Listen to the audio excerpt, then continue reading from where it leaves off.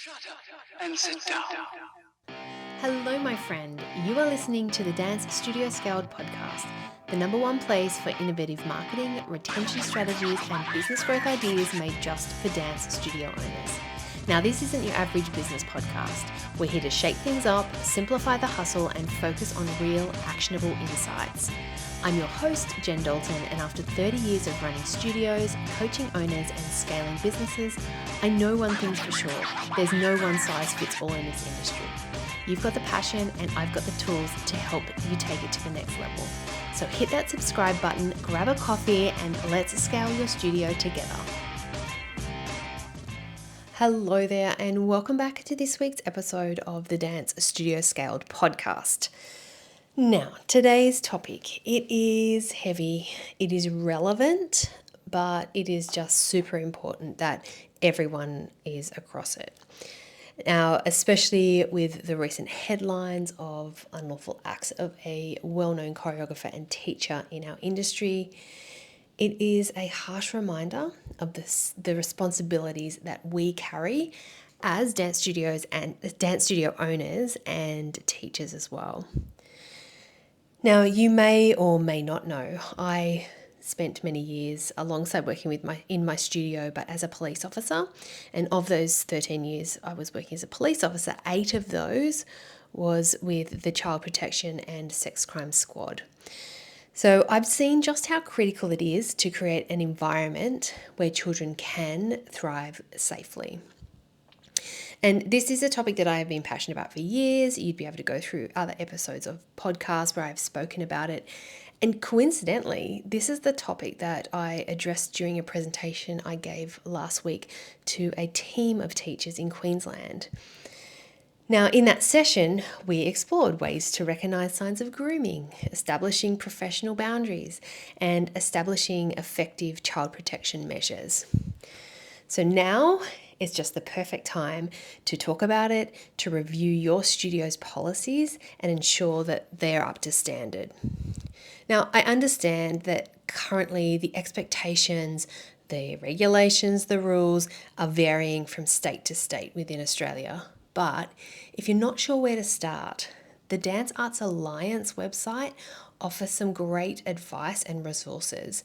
And this includes safe dance practice guidelines and child safety standard policies. So I would absolutely recommend checking those out because they are going to give you a standing point if you don't know where to start. There's also a link going around to sign a petition, and that's the Strengthen Youth Safety legislation in Australia's dance industry. And I will leave the link in the show notes, and I'll also share it on my Instagram stories as well to jump on and just sign that petition.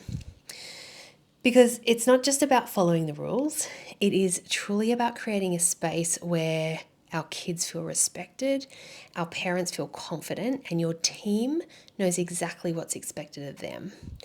When everyone understands their role in keeping children safe, it then builds trust and creates that stronger, safer studio community.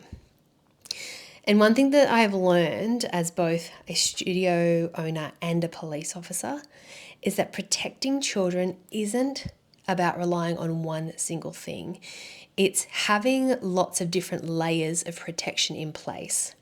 And that's what I want to talk about on today's podcast, with some things that might be able to help you, some practical tips, some ideas, things to keep an eye out for. You're probably doing 99% of them, but just in case, let's talk through it. So for example, like background checks. In New South Wales, we have the Working with Children's check, the Blue Card in Queensland. And these are really great starting points, but it's not perfect. You know, these checks screen for people with criminal records, but there's perpetrators out there who haven't been caught yet. So they're not in the system and won't be identified. And that's where having clear guidelines and ongoing education comes in. Now, the background checks are just one tool. Your rules and training are what really set the tone for what's acceptable in your studio and what's not. And having clear rules in place protects everyone. It protects your students, it protects your team, and it protects your business. And these guidelines make it easy to then spot when someone's acting in a way that doesn't sit right. So, for example, communication is a really an essential point that should be thought about and considered. What it is for you, like for us, it was, the teacher was not to directly have contact with the parent. The parent wasn't to directly have contact with the teacher. Any communication needed to go through me or the studio manager.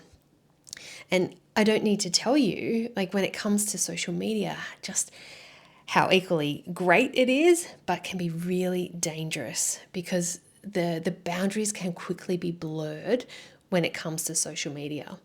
Teachers being friends with students on social media or following personal accounts, although it can seem harmless, and probably in most cases it is, it does create that grey area that can lead to that slippery slope of toxic behaviour and inappropriate interactions.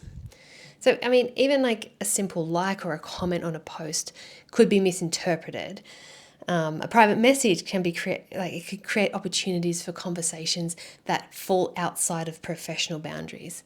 And in some cases, I think, if this starts, teachers sort of get into a bit of a spiral of not knowing how to get out of it. And so that's why for us, it was clear cut. There was just no being friends, no socializing outside of the studio. And to avoid these issues, it is a good idea to have that really clear policy discouraging any connection when it comes to the personal relationships outside of work. Instead, keeping all the communication through official channels. So, whatever that means for you, and whether that's your approved group pages or you might have an app like a band app that you can monitor. But by setting these expectations for how social media and private messaging should be handled, you're now not only protecting your student, but also your staff. And it's about creating that culture of transparency that then leaves no room for the misunderstanding or the blurred lines. But this being said, having the rules isn't enough. They need to be understood and they need to be followed by everyone in the studio. This means training your staff, having those policies in place and talking to your students, informing the parents of the expectations and just why they are in existence. And here's the shocker in light of what's just been made public. Women can also abuse. So it's not gender specific. Abusers aren't always going to be an adult with a really young child. That's why our rules need to protect all children equally. And as studio owners, we need to set the tone for the team. We need to model those safe behaviours and follow our own rules. We need to show that the child's safety isn't just a box that we're ticking, it's a priority. And you may be listening to this and feeling a little bit of resistance, or maybe you are feeling like there are people in your studio, you've got people on your team or families or students who might push back. But it's really important to remind them that really it's about creating a safe space for everyone. And these measures protect the student, your teachers, and your studio's reputation. All right, I'm all about walking away with something practical that you can do right away. And so that's what I'm going to do moving forward with this podcast. Now, so what are just some of the practical things we can start thinking about right now? We can take action. You can take responsibility for your education. Now, if you're a studio owner listening to this, it's your responsibility to check what the legal requirements are in your state and ensure that they're submitted to the right agency. If you're a teacher, know what the responsibilities are and your rules and expectations are for the studio that you're working with. And know with the students that you're working with, you have to take responsibility for yourself as well. And for studio owners, educating your team, they need to be just as educated as you are. The clear rules, the training, the guidance of how to handle challenging situations. What are their expectations? At what point are they reporting things? They need to understand that their role in keeping children safe, what that means for them. Regular training sessions, team discussions, these are what can make a big difference. And I would always say to my team, if they're not sure, let me know and I can make that decision. I would rather know and I make that decision than have them sit with it and decide I don't think it's important enough to mention, or it was so small, it doesn't really, I don't think it's much, and not say anything, and then for it to obviously turn awful. The next thing, you want to know and look for warning signs of grooming. Now, an important thing that we need to remember is grooming doesn't happen fast. It doesn't happen all at once. It's a really slow and deliberate process that's meant to blur the boundaries in order to gain trust. And I saw a lot of this when I was working in child protection. They're professionals, these groomers. They don't stand out. They're not ones that you're second guessing or looking. So these are the little red flags that I encourage you as a studio owner or as a peer to keep an eye out for. And it could be things like overly favoring a student. So watch out for teachers who are giving special treatment to one child, or showering them with attention or gifts, or bringing them food, or always bringing them coffee. Now, I know that that can happen, but what we're looking for is where it's starting to not be right. Just keep your senses on. Encouraging secrets or private conversations. This is a big one for me because that feeling, it actually does take me back to high school, but that feeling where someone goes over and they start talking quietly and they're having a private conversation, you're thinking it's about you but you're not sure, that sort of scenario. If a student is at a point where they're approaching a teacher and feeling like they can have that type of conversation in the space that they're having, that's a red flag. And it's not okay. So you have to just make sure that your teachers are aware to not have those conversations. Your teachers need to educate the students that it's not okay to have those type of conversations in the classroom. Now, the next one to a warning sign of grooming is that testing of the physical boundaries. Now, I know we have to, at times, put our hands on our students to help them with corrections. But what I'm asking is that you look for those boundaries that are slightly inappropriate or just feeling a little bit off, because these shouldn't be ignored. And then on the other side of that is the emotional manipulation. Now, this could include isolating a student from their peers or creating a relationship of dependency.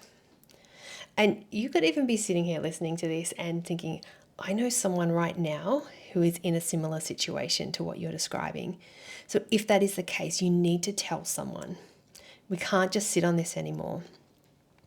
All right, so how can we actually do something in the studio right now? As a studio owner, you can create an open culture. Let your students know that they can come to you or another trusted adult if they feel uncomfortable or unsure about something.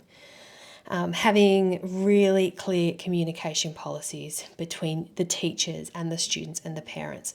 That is such a big one. Training your teachers regularly. So run the regular training sessions for your staff and teach them about the warning signs. Get them to talk to them about maintaining those professional boundaries and how you want them to handle tricky situations. Every year I would train my staff on child protection. It happened in our January training before we would start, and it was, every year maybe there were slight tweaks or different scenarios or examples I would talk about, but essentially it was the same training that we would have. My teachers who have been there for 10 plus years would hear it every year, but that's how important it was, because I think it didn't matter how many times they'd heard it, they needed to hear it again.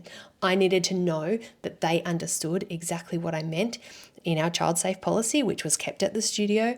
If a parent came in and asked, what's your child safe policy, I was able to produce it, which at a point was actually a law. We had to do that in New South Wales, but there was no one policing it. And so that's why it's all fallen through the cracks. All right, moving on. Where possible, and again, I know in some situations this isn't going to be possible, but limiting that one-on-one situation. So avoiding a teacher being alone with a student behind closed doors if there's no one else there, or a student and a teacher going to a comp together in the same car. I know private lessons are necessary, But is there a way that you can have a parent or another staff member nearby? And if it's possible, could you keep the door open if you don't have cameras or a viewing window? Is it possible to hold lessons in areas where it's visible? And I know, again, like I know there's going to be times where that's not even possible, but being aware of it is what I'm asking. Now, the next one is always asking for consent. Now, this is like a touching physical consent. So whether you're adjusting a costume because, or maybe a child's come out of the bathroom and they're all twisted, like their tights are twisted and their leotard's twisted. And, I find as a mum, I would just like, here, let me untwist you, and like start yanking at the leotard to straighten them up. Or maybe it's just asking, so needing to help someone with their technique or their posture or something within the classroom. I think it's really important that you always ask for permission.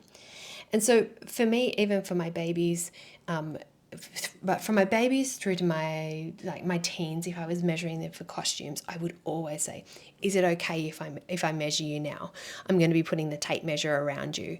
And so I would and even like a 2-year-old who is almost non-verbal, I would ask them if that's okay, and they would usually nod. In most cases, I have in the past had some pushbacks. Probably she was more 3.5, but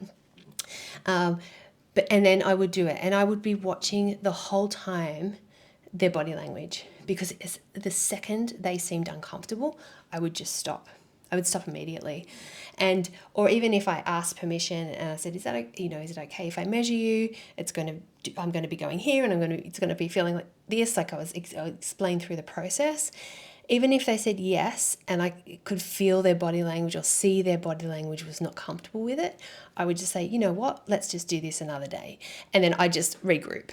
And so that lesson, that rule was brought in for anybody who was measuring my kids, which was really only my mother or one other of our reception staff were generally only measuring the kids, but everyone knew that they had to look out for those warning signs. And of course, the background checks, they're non-negotiable.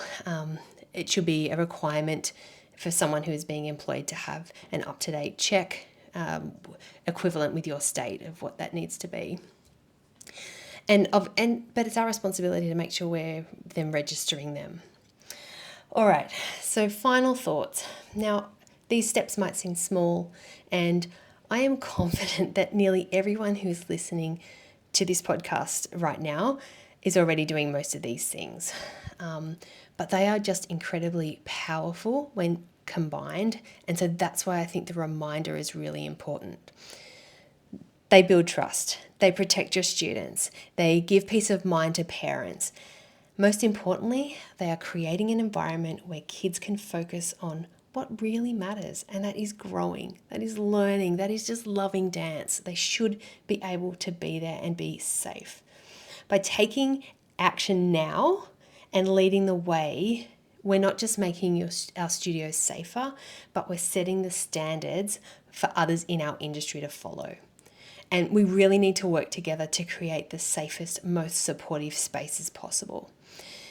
Because it shouldn't be when incidents like this happen that there's this huge uproar, which has happened before, and then within a couple of weeks we sort of get busy and we forget, and it gets, put aside, and people just get lax again. And not lax from being lazy, but just lax from being busy with other stuff. We need to make the change now. And so, as I mentioned earlier, there is this petition that you can sign. It's a change.org petition. It's the Strengthen Youth Safety Legislation in Australia's Dance Industry. I will share that link. I will put it in the show notes. I will also put it on my stories. There are quite a few studio owners and people in the industry sharing that right now. So I do encourage you to have a read through that and sign that petition. Also, jump onto the internet, find out everything you can, what you need to be doing, what you can do to safeguard yourself and your studio and your children, your students, to keep them as safe as possible. All right, thank you so much for listening today. Now, I hope you found this helpful. It's really important that we share this information with as many people as you can. So please share. whether you take a screenshot and just leave a link so other people can hear it. We need to keep this conversation going, and we need to make our studios the best they can for our children. I will see you next week. Thanks for tuning in to the Dance Studio Scaled podcast. Now, if you enjoyed this episode, be sure to hit subscribe, leave a review, and share it with other studio owners who would love it too. And let's keep the conversation going. Follow me on Instagram at Jen Dalton for more tips, insights, and behind the scenes moments to help you simplify and scale your studio. Until next time, keep dreaming big and taking action. I'll see you back here soon.